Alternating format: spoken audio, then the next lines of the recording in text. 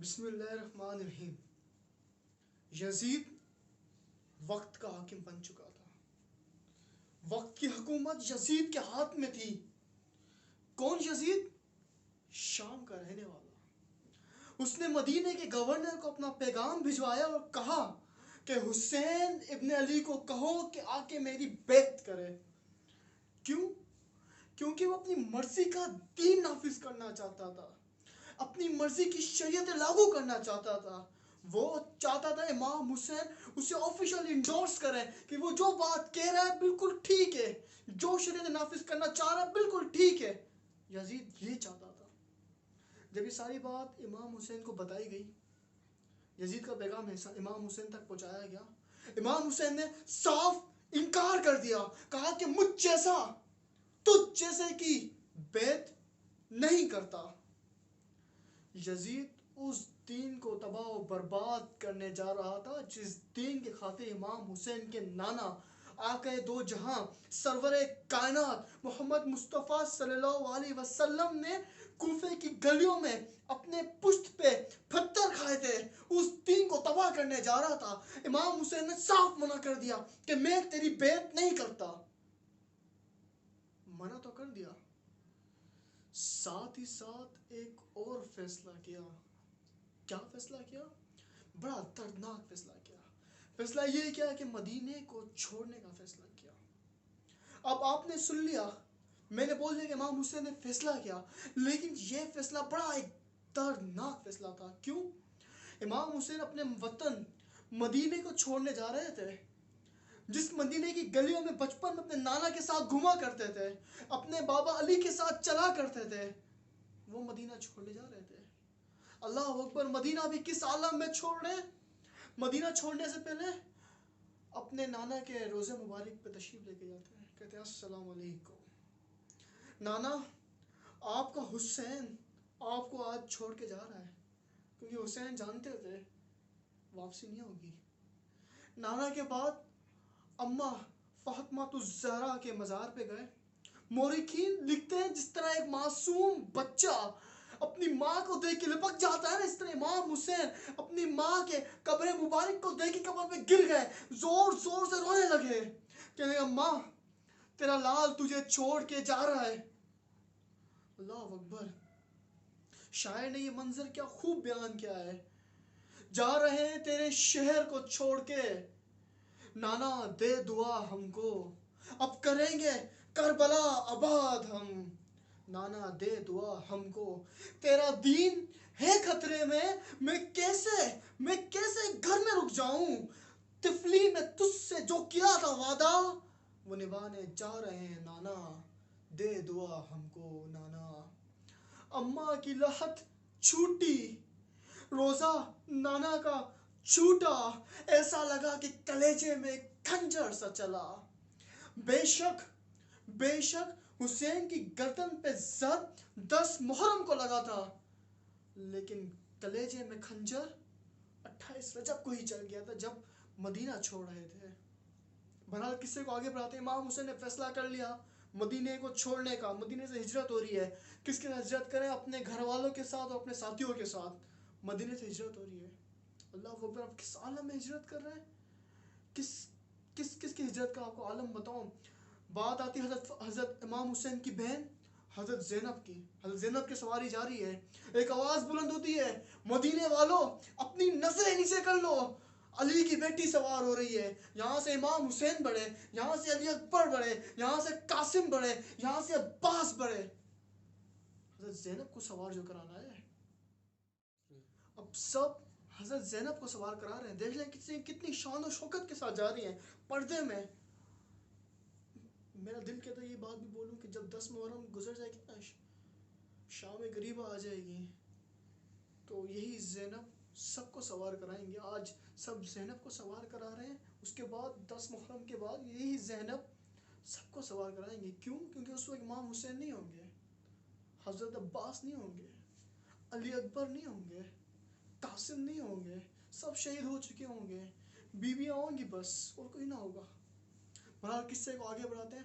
28 رجب یہ قافلہ مدینہ سے رواں ہوا. یاد رکھنا مدینے سے کربلا کا سفر ہے، مدینے سے یہ قافلہ نکل چکا ہے۔ ٹھیک 3 شعبان یہ قافلہ مکہ پہنچ گیا۔ شعبان، رمضان، ذی القعدہ، ذی الحج، حج کے ایام آ گئے، سب حج کی تکمیل میں مصروف ہیں۔ امام حسین بھی خود بھی حج کی تکمیل میں مصروف ہے۔ اللہ اکبر۔ ٹھیک حج سے 2 دن پہلے امام حسین نے اپنے حج کو عمرے میں بدلا اور مکہ سے بھی ہجرت کرنے کا فیصلہ کیا۔ ابھی تو علماء بہتر بتا سکتے ہیں کہ اس عمل میں امام حسین کی کیا حکمت تھی، لیکن جتنا ہم نے بھی علماء سے سنا ہے نا، علماء کہتے ہیں امام حسین نے دیکھ لیا تھا کہ حاجیوں کی شکل میں یزیدی سپاہی آئے ہوئے تھے حج کرنے کے لیے۔ امام حسین نہیں چاہتے تھے کہ خانہ کعبہ میں کچھ خون خرابہ ہو، تو بہرحال امام حسین نے مکے سے بھی ہجرت کرنے کا فیصلہ کر لیا، کہا کہ میں کل صبح مکہ بھی چھوڑ دوں گا۔ مکہ چھوڑنے سے پہلے کیا کہتے ہیں امام حسین؟ کہتے ہیں بے شک موت فرزند آدم کے گلے کا ہار ہے، مجھے بھی اپنے اسلاف سے ملنے کی اتنی ہی جلدی ہے جتنی یعقوب کو یونس سے ملنے کی جلدی تھی۔ بہرحال قافلہ مکہ سے بھی رواں ہو گیا۔ کہاں جانا ہے؟ جانا کوفے پہ، لیکن پہنچ نہیں سکے کوفے پہ۔ مکے سے بھی قافلہ رواں ہو گیا، نکل گیا مکے سے، قافلہ چل رہا ہے۔ اشراف کے مقام پہ پہنچتے ہیں، امام حسین اپنے قافلے والوں سے کہتے ہیں یہاں کا پانی بہت اچھا ہے، سب اپنی مشکیزیں بھر لیں، کیونکہ امام حسین جانتے تھے آگے پانی نہیں ملے گا۔ امام حسین نے کہا اپنے قافلے والے کو اپنے مشکیزیں بھر لیں، سب نے اپنے مشکیزیں بھرے، پانی سے سیراب ہوئے، پھر قافلہ نکل گیا۔ قافلہ آگے جا رہا ہے، امام حسین سامنے کیا دیکھتے ہیں؟ ایک فوج کا ہجوم، لشکر آ رہا ہے۔ سب نے تلوار میان سے بلند کر لی۔ جو وہ لشکر قریب آتے امام حسین کیا دیکھتے ہیں؟ اس لشکر کی کمانڈ کس کے ہاتھ میں؟ حر کے ہاتھ میں۔ کون حر؟ یزید کی فوج کا 3rd یا 2nd کمانڈر۔ حر آ رہا ہے، یزید کی فوج کو لے کے آ رہا ہے۔ کیوں؟ امام حسین کو پاس آ رہا ہے، انکاؤنٹر، پہلا اٹیک ہو رہا ہے امام حسین پہ۔ جو حر کی فوج قریب آتی ہے، امام حسین کیا دیکھتے ہیں؟ پریشان، کہ فوج کی حالت بری لگی پڑی ہے، پیاس سے مر رہی ہے، فوج کے جوان پیاس سے زمین پہ گر رہے ہیں، جانور چل نہیں پا رہے، کپا رہے ہیں۔ امام حسین نے کہا مار دو سب کو، موقع اچھا ہے۔ نہیں، ساقی کوثر کے نواسے ہیں۔ امام حسین نے کہا پوری فوج کی خدمت کی جائے، پوری فوج کو پانی سے سیراب کیا جائے، یہاں تک کہ یہ بھی روایت میں جملے آتے ہیں کہ فوج کے بندوں کو پانی پلایا گیا، انسانوں کو تو پانی پلایا گیا، ساتھ میں جانوروں کو بھی پانی پلایا گیا، اتنا پانی پلایا گیا کہ بعد میں پانی پینے کے بعد جانور پانی سے منہ موڑ رہے تھے۔ اللہ اکبر، دشمن فوج کو پانی پلایا جا رہا ہے۔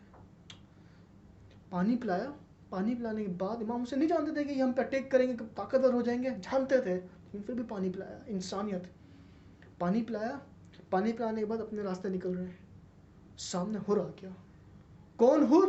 وہی حر جو تھوڑی دیر پہلے پانی سے مر رہا تھا، پیاسا مر رہا تھا، وہی حر جس کا گھوڑا بھی نہیں چل پا رہا تھا، جس کو امام حسین نے خود پانی پلایا تھا، سامنے آ گیا۔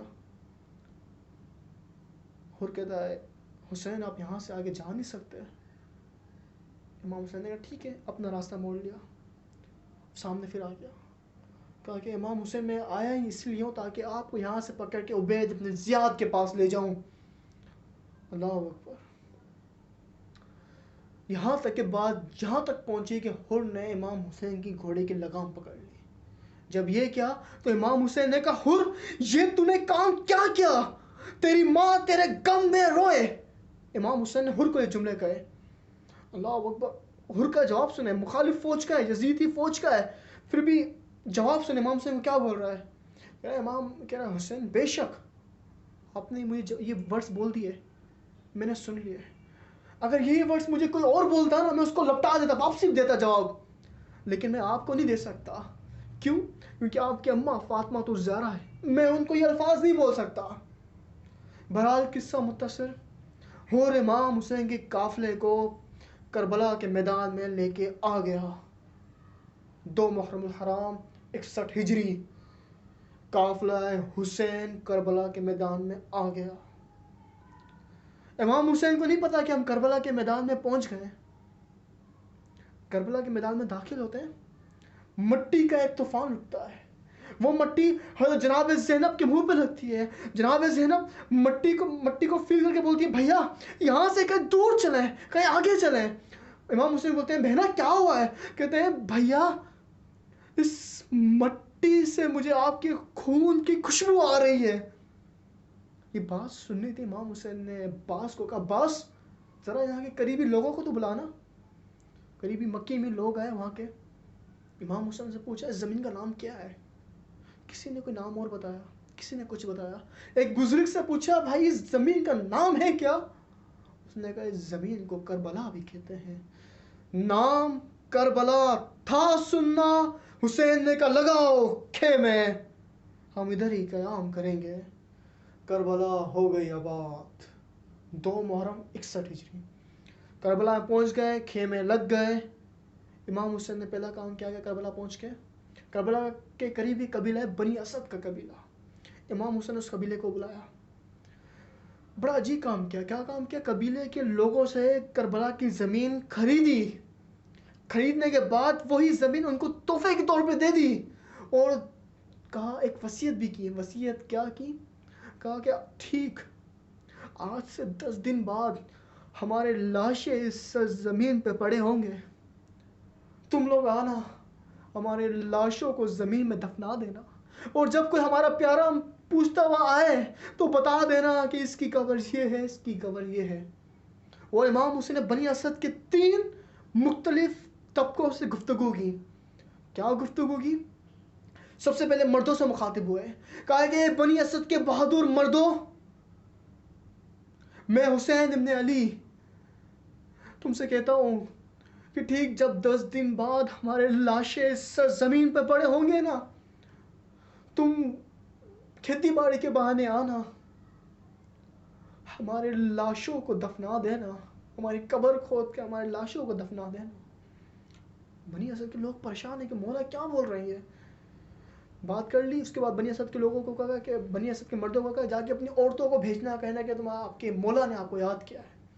بنی اسد کی عورتیں آئیں کہنے لگے امام حسین مولا کیا بات ہے, سب خیریت؟ امام حسین کہتے ہیں بے شک میں نے تمہارے مردوں سے کہا ہے اگر کیا پتہ تمہاری مرد کسی مجبوری کے تحت یہ کام نہ کر پائے تو تم لوگ پانی بھرنے کے بہانے آنا اور ہمیں دفنا دینا ادھر. اس وقت کہا کہ تم اب جا کے اپنے بچوں کو بھی بھیجنا. آئے بنی اسد کے بہادر بچے. امام حسین نے کہا میں نے تمہارے والدین سے ایک وصیت کی ہے, لیکن کسی مجبوری کے تحت تمہارے والدین وہ وصیت کو پورا نہ کر پائے تو تمہیں کھیل کھیلنے کے بہانے آنا اور اپنے معصوم ہاتھوں سے کربلا کی مٹی اٹھانا, ہمارے لاشوں پہ ڈال دینا. ایسے ہماری تفتین بھی ہو جائے گی, تمہارا کھیل بھی ہو جائے گا. بہرحال قصہ آگے چل رہا ہے. شاعر نے بھی اس منظر کو کیا خوب بیان کیا ہے. جب پہنچے کربلا میں شاہ دین تو ذوالجناب آگے بڑھ نہ سکا. اتنے میں بنی اسد کا بھی آ گیا قبیلہ. مولا نے پوچھا ان سے کہ نام ہے کیا؟ کہا کہ بنی اسد نے مولا اس سرزمین کو کربلا بھی کہتے ہیں. نام تھا کربلا سننا. مولا نے رو کے کی ان سے وصیت کہ ہوں گے کڑے امتحان ہم پہ, ٹھیک 10 دن بعد پڑے ہوں گے لاشیں ہمارے ادھر. تم میرا لاشا سنبھال لینا, میری مرکت بنا دینا. پھر مولا نے کہا میرا علی اکبر, میرا قاسم, میرا ننا علی اصغر, میرے اونو محمد, میرا عباس سب پڑے ہوں گے بے کفن. میری بہن ہوگی بے چار, تم میرے بہن کو ایک ردا دینا, میرے لاشے کو سنبھال لینا, میری مرکت بنا دینا. میں نبی کا نواسا ہوں, علی کا بیٹا ہوں, فاطمہ کا دلارا ہوں, تم سے شبیر کچھ نہیں مانگتا، صرف ایک بات کہتا ہوں کہ کربلا کو سجا دینا۔